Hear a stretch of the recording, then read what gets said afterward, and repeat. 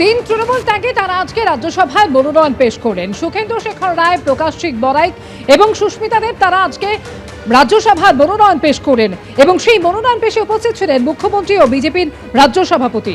এবং তাৎপর্যপূর্ণভাবে মনোনয়ন পেশে উপস্থিত ছিলেন মুখ্যমন্ত্রী সহ গোটা মন্ত্রিসভা। মনোনয়ন পেশের আগেই হাজির হন বিজেপির রাজ্য সভাপতি শ্রমিক ভট্টাচার্য।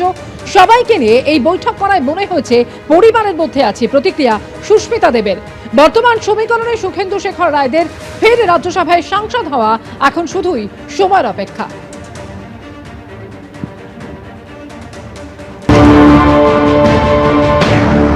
তারিখে এই দল যদি আবার ক্ষমতায় আসতো তাহলে আপনারা তো জানতে পারতেন না এই ধরনের করাপশন আছে, ফলে আপনারাও তো থেকেই যেতেনই, মানে যেহেতু জানতে পারছেন না।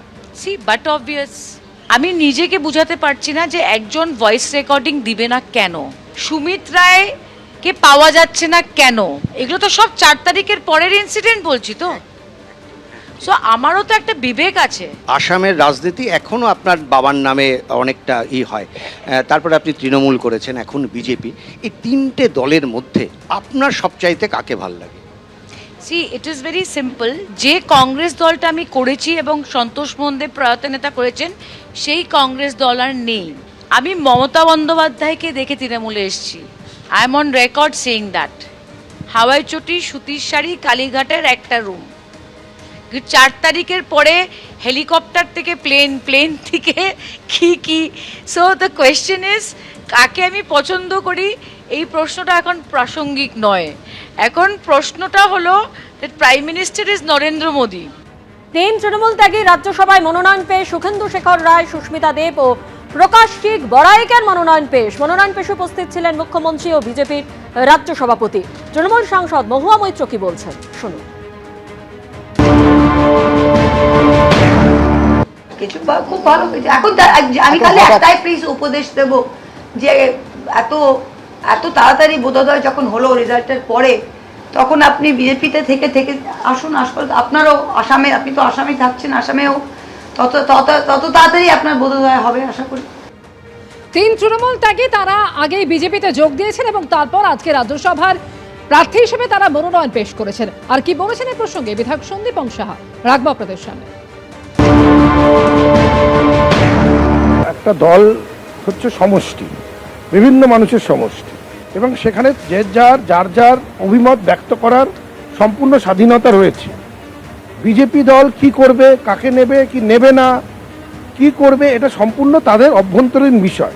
এই বিষয়ে আমরা যারা তৃণমূল কংগ্রেস, এই বিষয়ে আমরা তো কোনো মন্তব্য বা টিপ্পণী দিতে পারি না।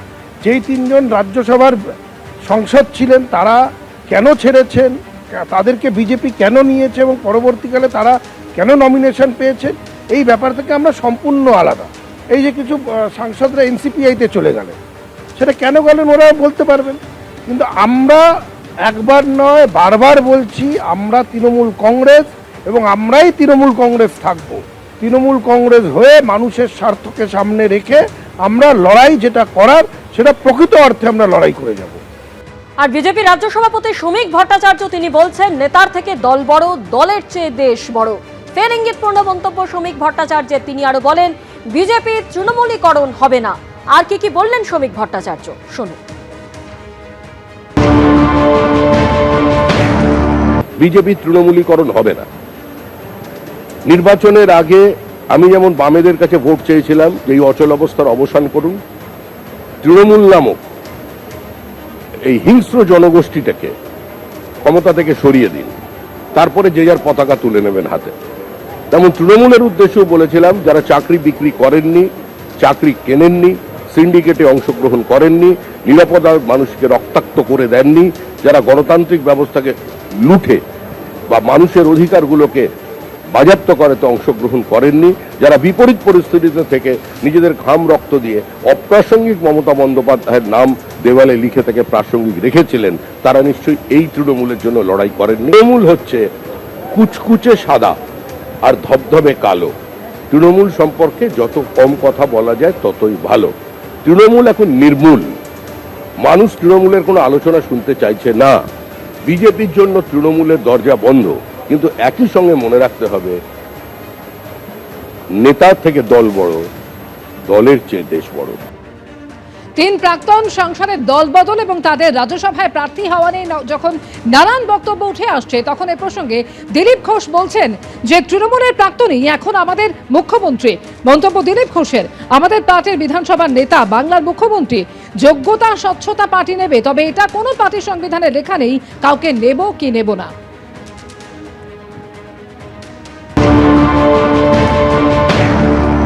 আপনার পার্টি থেকে বারবার বলা হচ্ছে যে তৃণমূলকে নেব না, এক্ষেত্রে কি বলবেন? তৃণমূলের প্রাক্তনই আমাদের মুখ্যমন্ত্রী আছে, আমাদের পার্টির বিধানসভার নেতা বাংলার মুখ্যমন্ত্রী। যোগ্যতা স্বচ্ছতা পার্টি নেবে, এটা কোনো পার্টির সংবিধানে লেখা নেই কাউকে নেব কি নেব না। ভারতবর্ষে বিজেপি আজ বেড়েছে, বিভিন্ন দলের যোগ্য লোকেদের নিয়েছে, তারা স্বেচ্ছায় আজকে বিজেপিতে এসেছেন। আমাদেরও রাজ্যসভাতে মেজরিটির দরকার আছে, যাতে মাননীয় প্রধানমন্ত্রী হাত খুলে কাজ করতে পারেন। আর পার্টি তাকে স্বীকৃতি দিয়েছে, তারা নিজের পদেই যাবেন, খালি আমাদের আসনে বসবেন। একদিকে শ্রমিক ভট্টাচার্য যখন বলছেন বিজেপির তৃণমূলীকরণ হবে না, তখন তৃণমূল সাংসদ মহুয়া মৈত্র তিনি বলছেন যারা এখন ভালো হয়েছে সেটা বাংলার মানুষ দেখতে পাচ্ছে। এতদিন যারা রাজ্যসভা লোকসভায় বিজেপির বিরুদ্ধে মুখ খুলেছিল, দেখব আজ তারা দলবদলের পর কি বলে। তিনি বলেছিলেন যে তৃণমূলীকরণ সাংঘাতিক কোনোদিন হতে দেব না। এখন তিনি বলছেন তৃণমূলের সব মানে ভালো যারা তাদের আমরা নেব, ভাবে ভালো। শ্রমিকদের উদ্দেশ্যেই বলছি, দাদা গো, দেখছি ভেবে অনেক দূর, এই দুনিয়ার সকল ভালো, আসল ভালো নকল ভালো, সস্তা ভালো দামিও ভালো, শিমুল তুলো ধুনতে ভালো, ঠান্ডা জলে নাইতে ভালো, কিন্তু সবার চাইতে ভালো পাউরুটি আর ছোলা গুড়।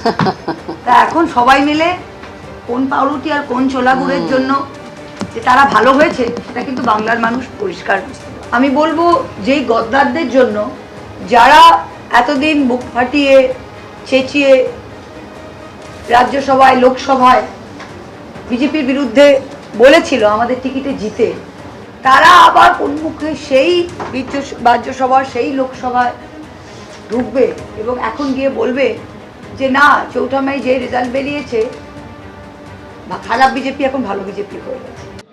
ধূপগুড়ি সুপার মার্কেটে চলল বুলডোজার, সেখানে বেআইনিভাবে গড়ে ওঠা একের পর এক দোকান এবং ঝুপড়িতে বুলডোজার চালানো হলো। প্রশাসনের উপস্থিতিতে ভেঙে ফেলা হলো একের পর এক অবৈধ নির্মাণ। ভেঙে ফেলা হচ্ছে অবৈধ নির্মাণ।